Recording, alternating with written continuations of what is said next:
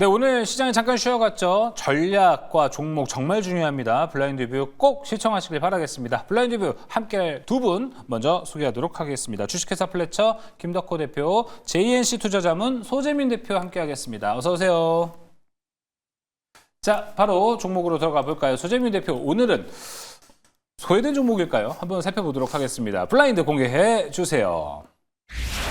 상승 시그널 포착. 이 종목 출발 준비 완료. 저 시그널 나왔을 때 소외주 많이 갖고 오던데. 네. 소외주긴 소외줄 수 있습니다. 아, 그래요? 뭐 어찌 보면. 네. 알겠습니다. 살펴보도록 하겠습니다. 블라인드 오픈. 한미반도체 소외가 됐긴 했죠. 솔직히 조금. 그렇죠. 반도체 섹터 안에서 다른 애들 다 잘 갈 동안 약간 한미반도체의 상승폭이 더딘 흐름이 나왔는데 아무래도 SK하이닉스랑 원래 밀접한 관계가 있어서 SK하이닉스를 따라서 움직였던 종목인데 이 둘의 관계가 하나비전의 등장 이후로 약간 좀 흔들거린다 이런 얘기가 삼각관계. 나오면서 그러면서 약간 한미반도체가 SK하이닉스에 대한 매출 구성이 많았는데 이게 줄어들지 않겠냐 이런 우려가 생기면서 아무래도 상대적으로 SK하이닉스라던가 다른 반도체 관련주 움직일 때 좀 소외받는 모습을 보였거든요. 충분히 높은 실적이 나오고 있었는데 하이닉스랑 관계가 멀어지면 실적이 안 좋아지지 않겠냐 하면서 공매도도 심해졌고요. 하지만 이제 고객사 다변화를 통해서 마이크론하고 이제 협력 관계를 좀 공고히 하고 있는 상황이고요. 어제 마이크론 실적 발표 상당히 잘 나왔습니다. 그 실적이 잘 나온 배경에는 HBM 반도체 매출 증가가 한몫했거든요. 그렇다는 소리는 결국 마이크론도 HBM 반도체에 투자를 더 할 수 있다는 소리고 한미반도체 같은 경우도 마이크론에 지속적으로 TC본더를 납품하고 있는 만큼 추가적인 실적 개선 기대해 볼 수 있다라는 점. 그리고 지금 다른 반도체 다 올라갈 동안 한미반도체가 눌린 가장 큰 이유 중에 하나는 추세 자체가 바로잡히지 않았던 상태였거든요. 지금 주봉 차트를 한번 간단하게 체크를 해보면 주봉상 매번 60일선에 맞고 밀렸던 종목이 이번에 60일선 딛고 약간 구렁이 담 넘어가듯이 슬쩍 올라갔죠. 차트적인 패턴으로 봤을 때 이제 상승 추세 진입에 들어가고 있는 걸로 보여지고요. 하지만 아무래도 지금 이제 반도체 조정 오는 거 아니냐 이런 걱정과 우려 섞인 목소리가 있기 때문에 지금 한 번에 뭐 들어가기보다는 조정 생각하면서 그냥 여유 있게 분할 매수 접근하시고 다음번 재차 반도체 반등할 때 익절하는 걸 목표로 가시면 좋을 것 같습니다. 네. 일단 현가부터 88,000원 정도 선까지 여유롭게 분할 매수 하시면 될 것 같고요. 이 종목 같은 경우는 97,000원 위로만 올라가 준다라고 하면 단기적으로는 102,800원. 좀 중장기로 봤을 때는 한 12만 원 정도 선까지도 추가 상승 여력 있다고 봅니다. 85,000원 이탈했을 때는 이 종목의 문제가 아니라 뭔가 시장 지수가 막 코스피 3,300 위태로 온 그런 상황이었을 때 그 정도 가격 갈 수 있거든요. 그래서 85,000원 정도 이탈했을 때는 리스크 관리 차원에서 손절하는 방식으로 가시면 될 것 같습니다. 네, 한미반도체였습니다. 상승 시그널이 포착됐습니다. HBM 사실 핵심 중에 핵심입니다. 다시 한번 수급과 함께 올라갈 수 있을지 궁금해집니다. 자, 이어서 김덕호 대표와 함께 또 종목 블라인드로 가보도록 하겠습니다. 블라인드 공개해 주세요. 단기 조정 마무리 이 종목 본격 상승 흐름 전망. 조정이 마무리가 됐다. 지금 딱 필요한 종목이 아닐까 싶습니다. 지금 바로 보겠습니다. 블라인드 오픈. 클래시스.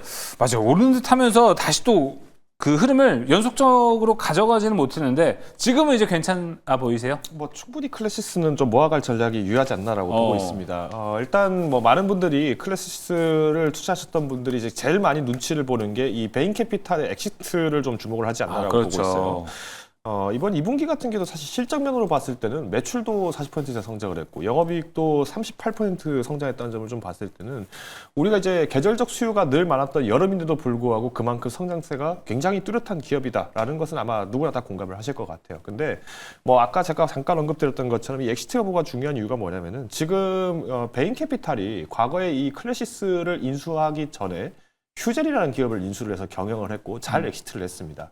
근데 실질적으로 휴젤 같은 경우에도 그 전문 경영인 체제를 계속 이제 유지를 하면서 좋은 실적 성장세를 계속 가져왔던 것이 현재까지 주가를 좀 끌어올린 견인이었다고 봤을 때는 클래시스 역시도 지금 잘 운영되어 있던 이 실적 성장세의 탄력을 고스란히 유지를 한다고 했을 때는 중장기적으로도 만약 엑시트 이후에도 뭐 충분히 매력적으로 좀 판단하지 않나 보고 있습니다. 다만 좀 아쉬웠던 거는 지금 매각이 이제 단기간에 빨리 이루어지지 않았다라는 것 때문에 뭐 베인 캐피탈이 최근에 한 지분을 한 5%에서 6% 정도 되는 물량을 좀 쏟아냈다 보니 이 블록딜에 관련해서 좀 주가가 좀 단기적으로 급락한 영향은 없지 않아 있다. 하지만 여전히 해외 수출 성장이 좀 굉장히 탄력적으로 나오고 있고요. 특히 이제 울트라포머 MPT 같은 경우에는 올해 8월에 이제 유럽 의료기기 인증을 또 받았습니다. 그래서 뭐 미국, 태국, 일본에 이어서 이제 유럽 시장까지도 좀 더 적극적인 실적을 좀 견인하지 않겠는가라는 입장에서 봤을 때 저는 우리가 이제 클래시스가 사실은 많은 분들이 이 베인 캐피탈의 동향에만 초점을 맞추신 분들이 많다라고 치면은 저는 오히려 이제 곧 있으면 실적 랠리 기간이 나오기 때문에 그때 이 실적에 최고죠. 대해서 좀 더 주목해 볼 수 있겠다. 네. 특히 이제 주가 같은 경우에는 정확히 연초 수준으로 복귀를 한 상황이기 때문에 일단 목표 주가 61,000원을 한 번 더 주시하시면 좋을 것 같고요. 손절가 46,000원 제시를 드리겠습니다. 베인캐피탈의 엑시트 유무 자체가 일단 주가를 어떻게 좀 좌지우지를 할 것 같긴 한데요. 클래식스의 펀더멘탈만 봤을 때는 이만한 기업이 진짜 없죠. 영업이익률이 제가 알기로는 거의 50%에 육박하는 기업이기 때문에 대단한 기업입니다. 그 엑시트 여부가 일단 중요한 트리거가 될 것 같습니다. 자, 그럼 이제 이어서 투자 전략으로 넘어가 보도록 하겠습니다. 전략 블라인드 수재미 대표입니다. 공개해 주세요. 최적의 투자 전략은 바로 이거다. 간단 명료하군요. 뭘까요? 블라인드 오픈. 평단 조절이라는 뭐 사자성어로 준비하신 거예요? 좀 함축적 의미를 담긴 네. 했습니다. 네, 일단 오늘 시장만 보더라도 시장 좀 흔들리는 모습 보여줬어요. 그래서 이제 단기 조정 오는 거 아닌가 이렇게 걱정하시는 분들 때문에 제가 좀 간단하게 체크 포인트를 좀 남겨드리자면 일단은 코스피 지수 제가 고점을 어딘지 단언하지 말라라고 계속 말을 하고 있는데 일단은 첫 번째 지지 라인은 3,430포인트 이거 기억하시면 좋을 것 같아요. 이 자리를 이탈하지 않는다라고 하면 고점은 재차 갱신될 가능성이 높죠. 그런데 만약에 3,430포인트 종가 기준으로 이탈하는 모습을 보인다라고 한다면 코스피 지수는 적게는 3,320포인트, 많게는 한 3,300포인트 쪽까지 추가적인 조정이 나올 가능성이 높거든요. 따라서 3,430포인트를 이탈했을 때는 하락이 기회다라는 생각으로 그냥 막 무계획적인 매수보다는 다음 지지선이 3,300포인트 부근이기 때문에 여기까지는 빠질 수 있으니까 여러분들이 하락한다고 계속 사는 게 아니라 그 정도 자리에 올 때까지는 여러분들이 매수를 좀 자제한다. 이런 식으로 두 가지 기준점 보고 매매하시면 좋을 것 같고요. 또 지금 종목을 뭐 다양하게 신규 진입을 하기보다는 만약에 시장 조정이 왔을 때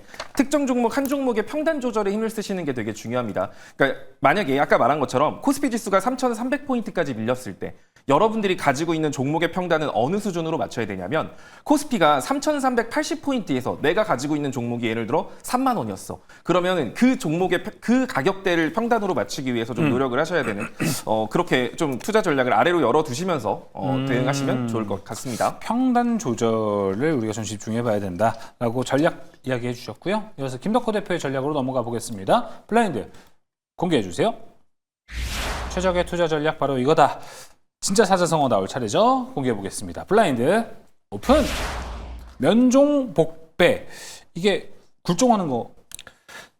면종 뭐죠? 복배는 말 그대로 앞에서는 복종하는 척하지만 앞에서만, 뒤에서는 배신을 준비한다라는 뜻이죠. 통수. 그렇죠. 제가 이거를 왜 가져왔냐면 앞서서 방금 소재민 대표님께서 그러니까 시장에 대한 조정까지도 우리가 여파를 고려했을 때 추격 매수도 대비를 해야 되는데 무조건 떨어졌다고 해서 잡을 때는 아닙니다. 말씀하셨던 것처럼 우리가 조정폭이 깊어질 때를 대비해서 우리가 기술적인 매매 방식이 필요하다라고 좀 판단을 하고 있는데 저도 마찬가지로 오늘 이제 시장에 외국인들이 굉장히 많이 빠졌어요. 근데 주요 이슈는 파월 의장의 발언 때문에 우리가 흔히 말하는 말년병장의 입김 한마디 때문에 지금 증시가 굉장히 차가워졌다. 뭐 이런 표현들도 굉장히 많이 하고 있는데 자 그래도 저는 일단 파월 의장의 말 속에서 지금 외국인들이 굉장히 과감하게 차익 실현을 해왔다는 것 그리고 여기에 외국인과 개인이 적극적으로 매수했다는 점에서 봤을 때 대비하셔야 되는 거는 증시 대비했을 때 어떤 종목에 대한 탄력도가 얼마나 차이가 있었는가를 항상 점검을 하셔야 됩니다.